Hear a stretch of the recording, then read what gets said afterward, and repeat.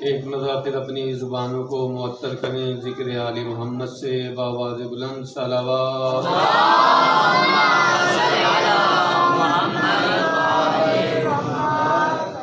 نعرہ تکبیر، اللہ اکبر، نعرہ تکبیر، اللہ اکبر، نعرہ رسالت، یا رسول اللہ، نعرہ رسالت، یا رسول اللہ، نعرہ حیدری، یا علی، نعرہ حیدری، یا علی، حسینیت زندہ باد، حسینیت زندہ باد، یزیدیت مرد آباد، یزیدیت مرد آباد۔ صلوات پڑھ لیجئے محمد والے۔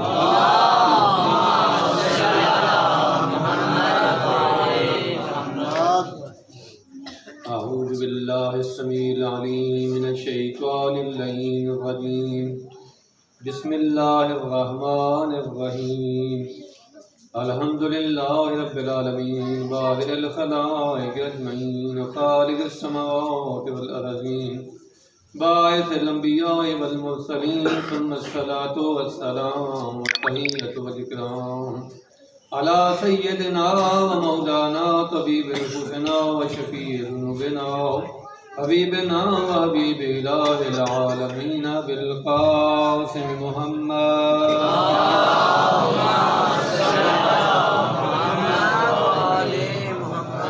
و آلہ الطیبین الطاہرین المعصومین الذین اذهب اللہ عنہم الرجس وطہرہم تطہیرا۔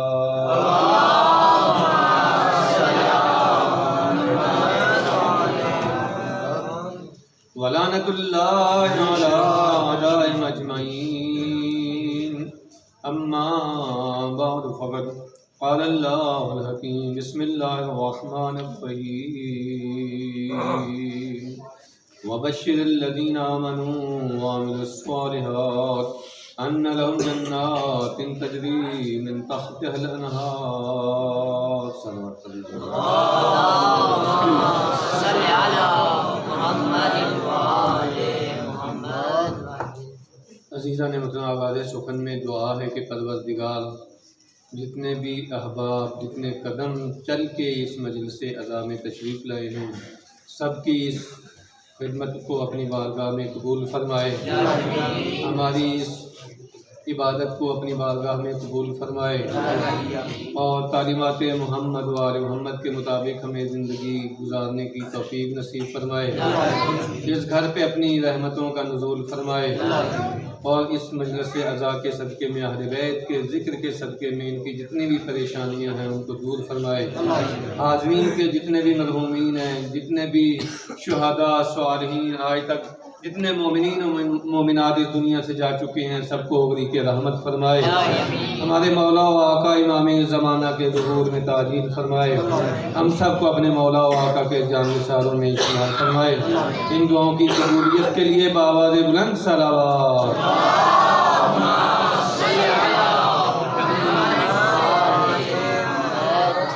انشاءاللہ امید ہے کہ توجہ فرمائیں گے، بہت مختصر سی گفتگو آپ کے سامنے عرض کرنی ہے۔ عزیزان محترم، اس ماہ مبارک میں بہت سی مناسبتیں ہیں، یہ ماہ رجب، اگلا ماہ شعبان، اور اس سے آگے ماہ مبارک رمضان۔ ماہ رجب خدا کا بہت ہی محترم مہینہ ہے، ہمارے چھٹے امام حضرت امام صادق علیہ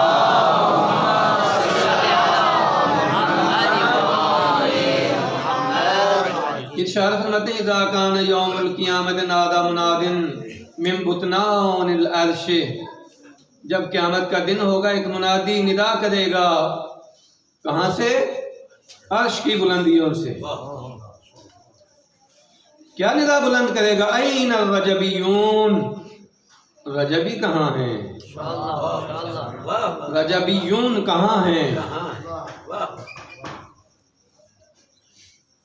آواز آئے، پھر خداوند متعال فرمائے گا، مولا فرماتے ہیں کہ وہ اس حال میں حاضر ہوں گے، یضیء وجوہہم، ان کے چہرے چمک رہے ہوں گے، ان کے چہرے دمک رہے ہوں گے، علی رؤوسہم تیجان الملک، اور ان کے سروں پر بادشاہوں والے تاج سجے ہوں گے، مکللۃ بالدر والیاقوت، اور اس تاج پہ یاقوت اور در لگائے گئے ہوں گے، اور ایک عظیم منظر ہوگا۔ تو آواز آئے گی کہ ان کو یہ مقام کیوں ملا؟ اس لیے کہ انہوں نے جو مہینہ میں نے محترم قرار دیا تھا اس کا احترام کیا۔ کیا احترام کیا؟ فرمایا من ساما، کہ جس نے بھی اس ماہ رجب میں کوئی ایک روزہ رکھا، پہلی کو، درمیان کو، یا آخر ماہ میں، وہ رجبی ہے۔ اور روایات میں کہ وہ شخص اس بچے کی طرح ہے کہ جیسے وہ بچہ دنیا میں آتا ہے تو اس کے ذمے کوئی گناہ نہیں ہوتا، جو خدا کی خاطر یہ مستحبی روزے ماہ رجب کے رکھتا ہے، خدا اس کو یہ مقام عطا کرتا ہے۔ یہ مستحبی روزے ماہ مبارک رجب کے خود پیغمبر اکرم صلی اللہ علیہ وآلہ وسلم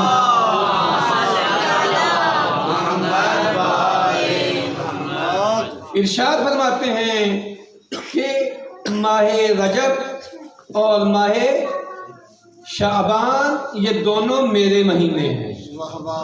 پیغمبر خاتم سید الانبیاء سید المرسلین ارشاد فرماتے ہیں کہ یہ دونوں میرے مہینے ہیں، وہ شہر رمضان شہر امتی، اور جو ماہ مبارک رمضان ہے یہ میری امت کا مہینہ ہے۔ اور خدا چاہتا ہے اس ماہ رجب اور شعبان میں انسان پاک ہو کے ماہ رمضان میں داخل ہو جائے، اپنے آپ کو اس قابل بنا لے، گناہوں سے اپنے آپ کو آزاد کروا لے۔ اس سے بڑی اور خوش بختی انسان کی کیا ہوگی کہ جب روزہ رکھتا ہے خداوند متعال کی رضا کی خاطر ماہ رجب کا، فرمایا کہ وہ اس بچے کی طرح ہے، جب وہ بچہ دنیا میں آتا تو اس کے ذمے کوئی گناہ نہیں ہوتا، اس کے سارے گناہ معاف کر دیے جاتے ہیں۔ تو پھر جب یہ ماہ مبارک رمضان میں داخل ہوگا تو اس کے ذمے کوئی گناہ یہ ماہ مبارک رجب ہے۔ خداوند متعال ہمیں اس ماہ مبارک رجب کا احترام کرنے کی، اور احترام کیا ہوتا ہے؟ جو حکم دیا گیا ہے احترام اسی طریقے سے ہوتا ہے، اور وہ احترام کیا ہے؟ اس کے روزے رکھے جائیں۔ خداوند متعال اس ماہ مبارک میں ہمیں روزے رکھنے کی، مطلب ایک روزہ، کوئی بھی ایک روزہ نہ چھوڑے، کم از کم ایک روزہ رکھیں۔ تو آپ کس ندا میں شامل ہوں گے؟ اس ندا میں شامل ہوں گے جو قیامت کے دن آواز بلند ہوگی، این الرجبیون۔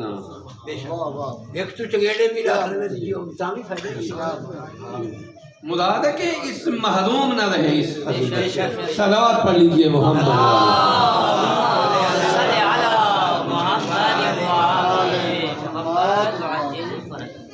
اور دوسری بہت ساری فضیلتیں اس ماہ مبارک رجب کی، ٹھیک ہے نا؟ ولادتیں اس میں حضرت امام علی نقی علیہ السلام کی، حضرت امام محمد باقر علیہ السلام کی، اور مولا کائنات حضرت علی ابن ابی طالب علیہ السلام کی، اور شہادت حضرت امام موسیٰ کاظم علیہ السلام کی، اور آج 3 رجب حضرت امام علی نقی علیہ السلام کا روز شہادت تھا۔ تو یہ ماہ مبارک رجب بھی اہل بیت سے بہت نسبت رکھتا ہے، اور پھر ماہ مبارک رجب سے جب گزریں گے آگے ماہ شعبان ہے، وہ بھی اہل بیت کا ہی مہینہ ہے، اہل بیت کا ہی مہینہ ہے، خوشیوں کا ہی مہینہ ہے، کہ جس میں کسی بھی معصوم کی شہادت نہیں ہے ماہ شعبان میں۔ لہذا ہمیں چاہیے کہ ہم ان مہینوں کا کیا کریں؟ احترام کریں۔ ایک مرتبہ صلوات پڑھ لیجیے محمد۔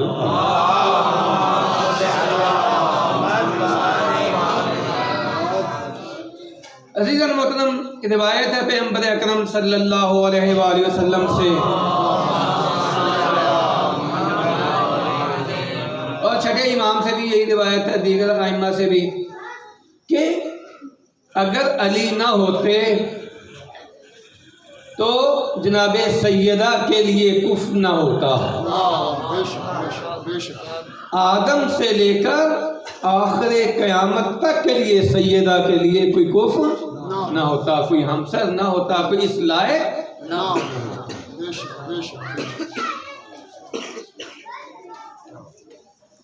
دوسری چیز کہ حضرت امیر المومنین اگر نہ ہوتے تو رسول خدا کی اولاد آگے نہ بڑھتی۔ آج کائنات میں جہاں بھی جائیں جو رسول اللہ کی آپ کو نسل ملے گی وہ کس کی اولاد سے ہے؟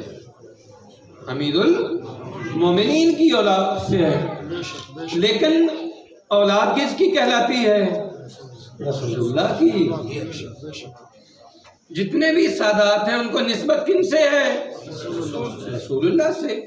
حالانکہ ہوتا یہ ہے کہ جو نسبت ہوتی ہے انسان کی وہ اپنے والد کی طرف ہوتی ہے، جو شجرہ نسب ہوتا ہے وہ والد سے منسوب ہوتا ہے، لیکن کائنات کا یہ واحد قانون ہے جی کہ جس میں رسول کا سلسلہ نسب کس سے چلا ہے؟ اپنی بیٹی سے چلا ہے اور علی کے ذریعے سے چلا۔ اگر علی نہ ہوتے رسول اللہ کی نسل آگے نہ بڑھتی۔ کیوں؟ جناب زہرا کے لیے کفر نہ ہوتا۔ اہل سنت کی ایک کتاب ہے کتاب کفایہ، ہمارے ایک بہت بڑے عالم ہیں حضرت ایت اللہ حسن زادہ آملی، وہ اشارہ فرماتے ہیں کہ اس کتاب کے خطی نسخے 4 لاکھ وہ ماسکو کی لائبریری میں ہیں۔ اس میں یہ روایت موجود ہے ابن ابی الحدیث کہ امیر المومنین صاحب عصمت ہیں۔ اہل سنت کا نظریہ ہے، حالانکہ بعض لوگ ایسے بھی ہیں جو شیعوں پہ الزام لگاتے ہیں، یعنی شیعوں پہ الزام لگاتے ہیں کس چیز کا الزام؟ کہ جناب یہ تو اپنے اماموں کو معصوم مانتے ہیں۔ یہ آپ ذہنیت کو ذرا دیکھیے کہ ایک انسان کو بے خطا سمجھنا کہتے ہیں کہ یہ صحیح بات نہیں ہے۔ بندے خدا، ہمارا آپ سے ایک سوال ہے اور وہ سوال یہ ہے کہ آپ بتائیں کیا خزانے خدا میں آدم سے لے کر قیامت تک کے لیے کوئی ایسا انسان بھی نہیں ہے جو ساری زندگی میں بے خطا ہو؟ کوئی ایک ایسا انسان بھی نہیں ہے جو خطاؤں سے بچا ہوا ہو، جو غفلتوں سے بچا ہوا ہو، جو گناہوں سے بچا ہوا ہو۔ امیر المومنین صاحب عصمت جناب سیدہ صاحب عصمت معصومہ بھی ہیں، اور یہ قانون ہے کہ جو معصومہ ہوتی ہے وہ غیر معصوم کے نکاح میں نہیں آ سکتی۔ یہ کتاب النکاح آپ جا کے اٹھا کے دیکھیے، ہماری جو کتابیں ہیں ان میں روایات آپ کو بہت ملیں گے۔ کف ہونا چاہیے، برابر ہونا چاہیے۔ بی بی ہے صاحب عصمت، بی بی ہے معصومہ، اب اس کا کف بھی وہی ہوگا جو معصومہ ہوگا، معصوم ہوگا، جو صاحب عصمت ہوگا۔ جناب سیدہ کی عصمت کے لیے کیا دلیل ہے؟ سب سے پہلی تو یہی دلیل ہے قرآن کی آیت تطہیر، انما یرید اللہ لیذھب عنکم الرجس اہل البیت ویطہرکم تطہیرا۔ آپ کسی کو اہل بیت مانیں یا نہ مانیں، حسن کو اہل بیت میں سے مانیں یا نہ مانیں، حسین کو اہل بیت میں سے مانیں یا نہ مانیں، علی کو اہل بیت میں سے مانیں یا نہ مانیں، لیکن آپ کو ماننا پڑے گا کہ یہ بی بی مرکز اہل بیت ہیں۔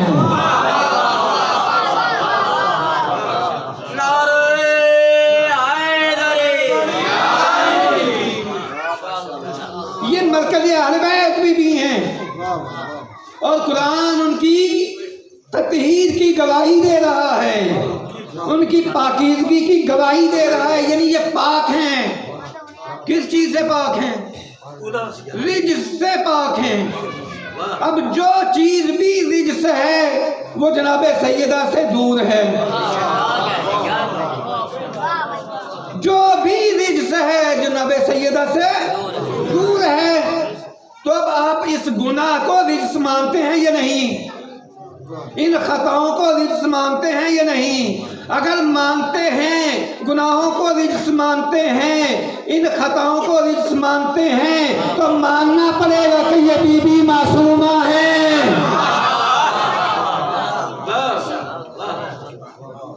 آپ کو ماننا پڑے گا کہ یہ بی بی معصومہ ہیں۔ جب معصومہ ہیں، اور پھر صحیح بخاری میں یہ روایت موجود ہے، ان اللہ یغضب لغضب فاطمہ، فاطمہ تو بضعۃ منی من اغضبها اغضبنی، فاطمہ میرا حصہ ہے، جس نے اس کو ناراض کیا اس نے مجھے ناراض کیا، جس نے مجھے ناراض کیا اس نے اللہ کو ناراض کیا، جس نے اللہ کو ناراض کیا اس کا ٹھکانہ جہنم ہے۔ مطلب میں پوچھنا یہ چاہتا ہوں کہ یہاں رسول نے کوئی قید نہیں لگائی، کوئی شرط نہیں لگائی، یہ بات ہو فاطمہ اس بات پہ راضی ہو یا اس بات پہ ناراض ہو، نہ، مرکز قرار دیا ہے اور محور قرار دیا، جو بھی جس سے بھی راضی ہو۔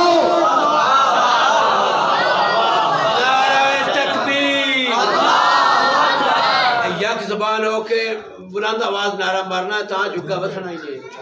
نعرہ تکبیر، نعرہ رسالہ، حسینیت، یزیدیت، قاری قرآن کل ایمان، نعرہ حیدری، نعرہ سلوات۔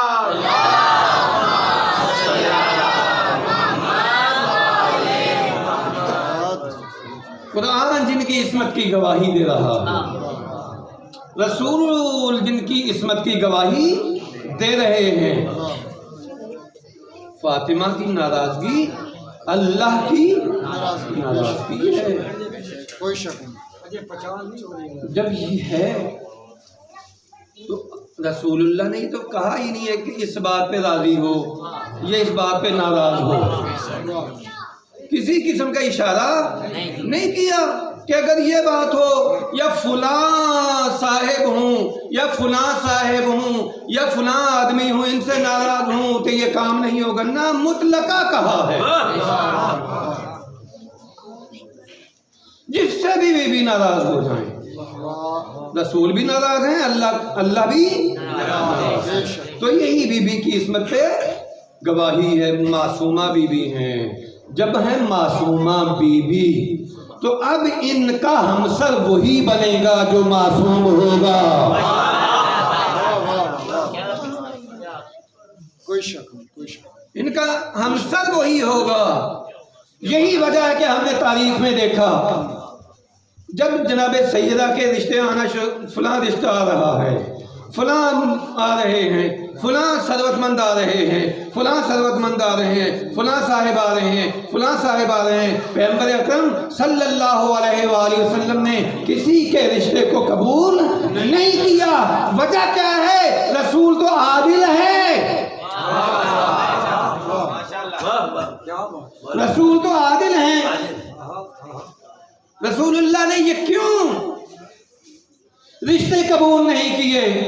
ایک رشتہ آتا ہے تو فوراً قبول کرتے ہیں، یا علی میں آپ کے ہی انتظار میں تھا، ارے یہ دنیا میں نہیں، اللہ نے بالی و بطول کا رشتہ آسمان پہ قرار دے دیا ہے۔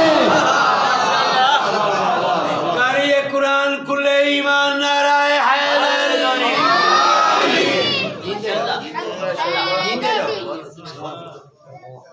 لہذا رسول خود بتا کے جا رہے ہیں کہ اگر بطول کا کوئی ہمسر ہے، بطول کا کوئی کف ہے، بطول ہے صاحب عصمت، اب اس کا رشتہ اسی سے ہوگا جو صاحب عصمت ہوگا۔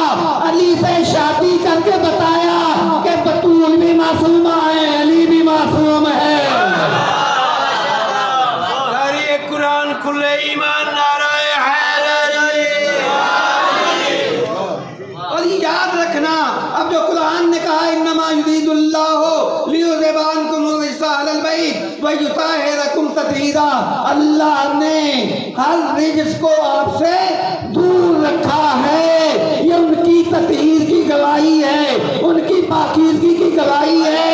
پریشان ہونے کی ضرورت نہیں ہے، بس یہ دیکھتے جائیں کہ جو بھی اہل بیت سے دور ہے وہی رجس ہے۔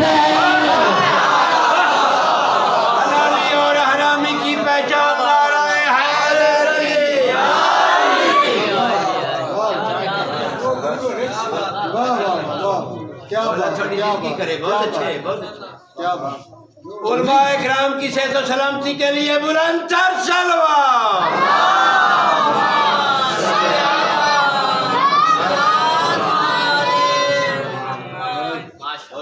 لہذا رسول بتا کے جا رہے ہیں بطول ہیں صاحب عصمت، اور جو ان کا ہمسر اور کف ہے وہ بھی ہے صاحب عصمت۔ کیا بات، قرآن بتا رہا ہے کہ جو بھی ان کے مقابلے میں آئے وہ ہے رجس۔ بے شک بے شک بے شک بے شک۔ راستہ ہمارے لیے بالکل واضح کر دیا، ہمارے لیے سیدھا راستہ بیان کر دیا، دو دو چار کی طرح سے، جس میں کوئی چکر نہیں ہے،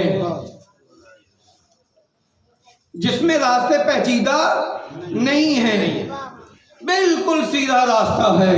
اور اسی کو اپنی زندگی کے آخری لمحات میں بھی جب دنیا والوں کے سامنے بیان کرنا چاہا تو فرمایا قلم دوات لے کے آؤ، میں تمہارے لیے نسخہ لکھتا ہوں۔ کیا بات، کیا بات۔ اب جو جانتے تھے رسول نے لکھنا کیا ہے، آپ صحیح بخاری کو اٹھا کے دیکھیں، نام آئے ہیں تو وہ بلند ہو گئے، نام قلم دوات نہیں دیں گے۔ بھئی اگر کچھ لکھنا نہیں تھا تو آپ کو کیا پریشانی تھی؟ جی جی جی، وہ الگ، وہ تو علیحدہ بات ہے نا۔ آپ کو کس بات کی پریشانی تھی؟ اور پھر نعرہ بلند کیا حسبنا کتاب اللہ، ہمارے لیے اللہ کی کتاب کافی ہے۔ وہ کیا کرنا چاہتے تھے پیغمبر اکرم صلی اللہ علیہ وآلہ وسلم؟ وہ یہی جو ساری زندگی بیان کر رہے تھے آخر میں لکھ کے دے کر جانا چاہتے تھے، تاکہ امت میں کسی قسم کا اختلاف نہ ہو جائے۔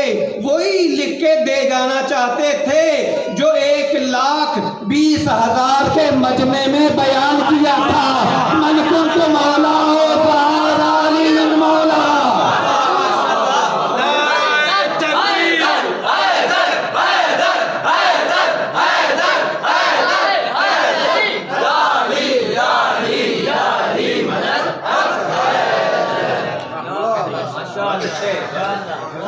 بھئی اگر آپ کو کسی قسم کی پریشانی نہیں تھی، آپ کو پتا تھا کہ رسول نے کچھ لکھنا ہے، تو آپ کے حسبنا کتاب اللہ کہنے سے اور قلم دوات نہ دینے سے کم از کم اتنا تو پتا چل گیا کہ دال میں کچھ کالا ہے۔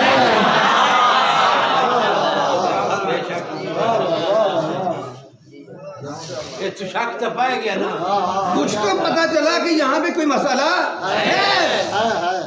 وہ کیا تھا جو مسئلہ ساری زندگی رسول بیان کرتے رہے، اور یہی بیان کیا کہ انی تارکن فیکم الثقلین کتاب اللہ و عترتی ما ان تمسکتم بہما لن تضلوا بعدی ابدا۔